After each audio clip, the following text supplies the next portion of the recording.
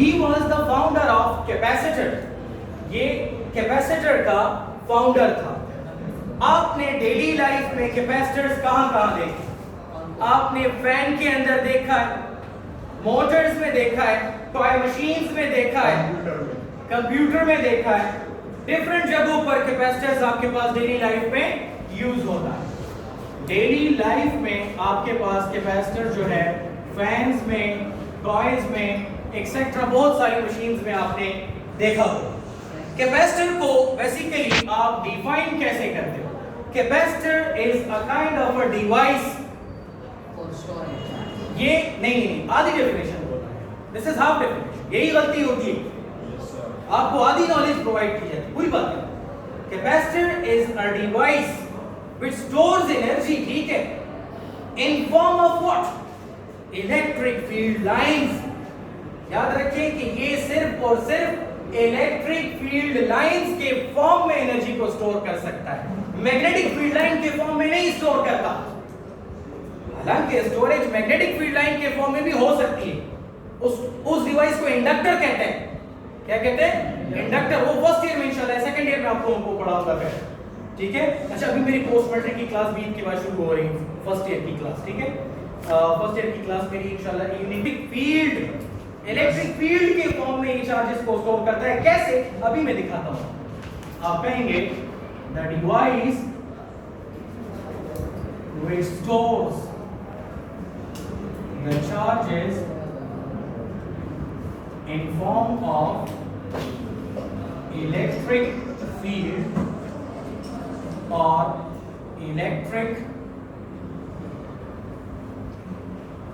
field lines called capacitors, उसको हम लोग कैपेसिटर कहते हैं। अब कैपेसिटर को आप रिप्रेजेंट कैसे करते हैं? ये दिखता किस तरीके से है? कैपेसिटर की बेसिकली हमारे पास जो सिंबल है दैट इज दिस का सिंबल है। किसका सिंबल है? This is the symbol of capacitor. अब कैपेसिटर की जरा मैं डायग्राम को समझता हूं कि कैपेसिटर बेसिकली किस तरह दिखता है। देखिए, capacitor can be formed by placing two metal plates parallel to each other. दो मेटल प्लेट्स अगर आप एक दूसरे के पैरेलल आमने सामने रख लेते हैं और दिस फॉर्म्स व्हाट? ये कैपेसिटर बन जाता है। फॉर एग्जांपल मैं कहता हूं कि ये मेरे पास एक मेटल प्लेट है, ये मेरे पास दूसरा मेटल प्लेट है। We are having two metal plates like this, इस तरह। ये फर्स्ट मेटल प्लेट है, ये सेकंड मेटल प्लेट है। इस एक प्लेट को मैंने बैटरी के पॉजिटिव टर्मिनल से कनेक्ट किया और दूसरे को मैंने बैटरी के नेगेटिव टर्मिनल से कनेक्ट किया। इस प्लेट के ऊपर पॉजिटिव चार्जेस स्टोर हो जाएंगे, इस प्लेट के ऊपर नेगेटिव चार्जेस स्टोर हो जाएंगे। यहां पर मैं लिखूंगा प्लस क्यू और यहां पर माइनस क्यू। याद रखें कि दिस इज अ बैटरी या वोल्टेज सोर्स।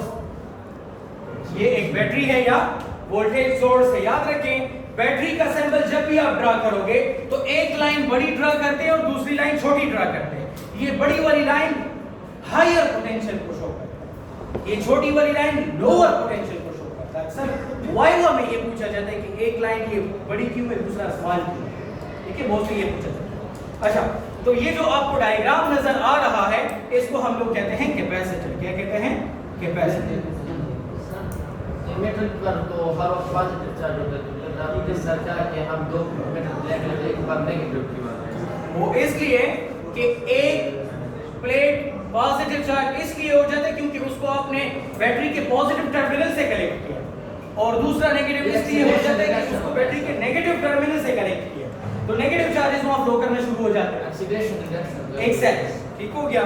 सो ये आपके पास एक डायग्राम हो गई कैपेसिटर की। अब जरा और से देखें। अब हम देखते हैं कि इक्वेशन ऑफ कैपेसिटर क्या होता है या कैपेसिटर को इक्वेशन फॉर्म में आप कैसे लिख सकते हैं, ठीक है। Equation plates of capacitor is directly proportional to the voltage provided. जितना ज्यादा वोल्टेज आप प्रोवाइड करोगे उतने ज्यादा चार्जेस यहां पर स्टोर होना शुरू हो जाएंगे। तो आप लिखेंगे कि charge stored is directly proportional to Voltage. voltage applied. जितना वोल्टेज आप अप्लाई करोगे उतना ज्यादा चार्ज स्टोर होना शुरू हो जाएंगे।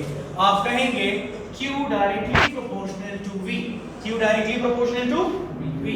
जितना ज्यादा आप वोल्टेज प्रोवाइड कर रहे हैं उतने ज्यादा चार्ज स्टोर होना शुरू हो चुके हैं। अच्छा, इस प्रोपोर्शनलिटी साइन को हम फिनिश करते हैं, यहाँ पर एक कांस्टेंट लगाते हैं और वो कांस्टेंट क्या है? That constant is C। वो कांस्टेंट क्या है? C। Q equal to CV। Q equal to CV। This is called capacitance of a capacitor। इसको क्या कहते हैं? Capacitance of the capacitor कहते हैं। अब जरा हम समझते हैं कि ये capacitance of the capacitor है क्या चीज?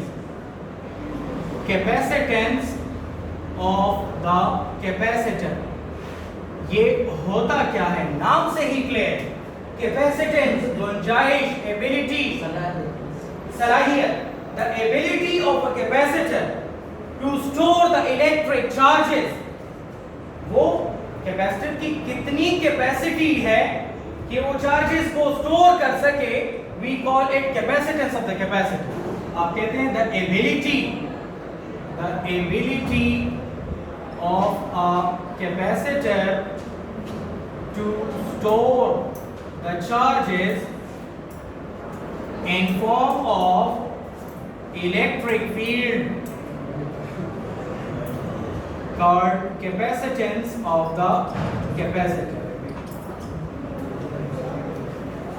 उसको हम लोग capacitance of the capacitor कहते हैं।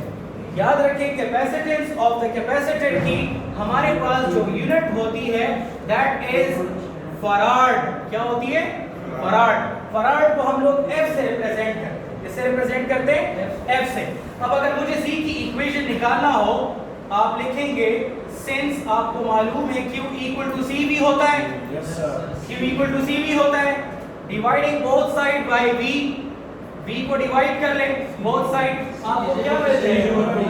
C is equal to Q by V। C equal to Q by V, यही इक्वेशन मिल जाएगी।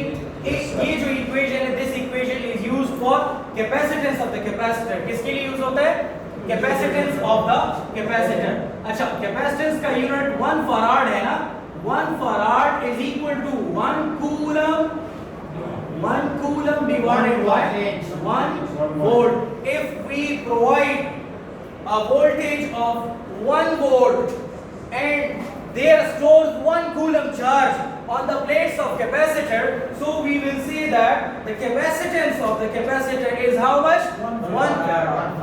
अब अगर 1 volt voltage provide कर रहे हैं किसी भी बैटरी के जरिए और चार्जेस पे अगर 1 coulomb charge स्टोर हो रहा है, so we will say that capacitance of the capacitor will be 1 farad।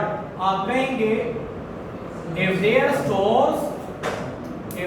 stores 1 coulomb charge on the plates of capacitor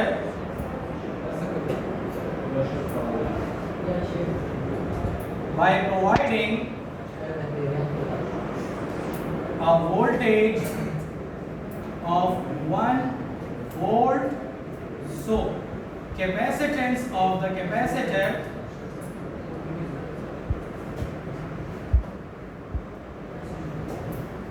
will be 1 farad। Capacitance of the capacitor will be how much? It will be 1 farad। 1 farad। सही हो गया। अच्छा, कुछ और हमारे पास units भी होते हैं, इसके अदर यूनिट्स भी हैं। There are some other units also, other units। Micro farad भी है हमारे पास। माइक्रो फराड को ऐसे रिप्रेजेंट किया जाता है, ठीक है। पिको फराड भी है, PF से रिप्रेजेंट किया जाता है। There are a lot of units, right. अच्छा, ये तो मैंने आपको कुछ कैपेसिटेंस की इक्वेशन और उसकी कैपेसिटेंस के बारे में बताया। अब मैं आपको ये बताता हूं कि डाई इलेक्ट्रिक क्या होता है।